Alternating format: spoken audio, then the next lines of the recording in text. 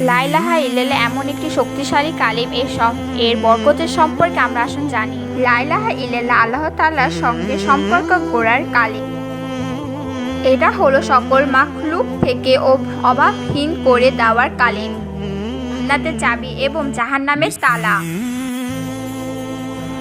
এটা ইজ্জতের চাবি, জিলতের তালা। এটা মুমিনকে আরশে উচ্চতায় উন্নতিকারী কালিম। এটা গোটা বিশ্বজগৎকে মুমিনের পদতলে এনে দেওয়ার কালিম। লা ইলাহা ইল্লাল্লাহ সৃষ্ট ও শ্রেষ্ঠ মানুষের পরস্পরে মহব্বত ও ভালোবাসা অঙ্গীকার।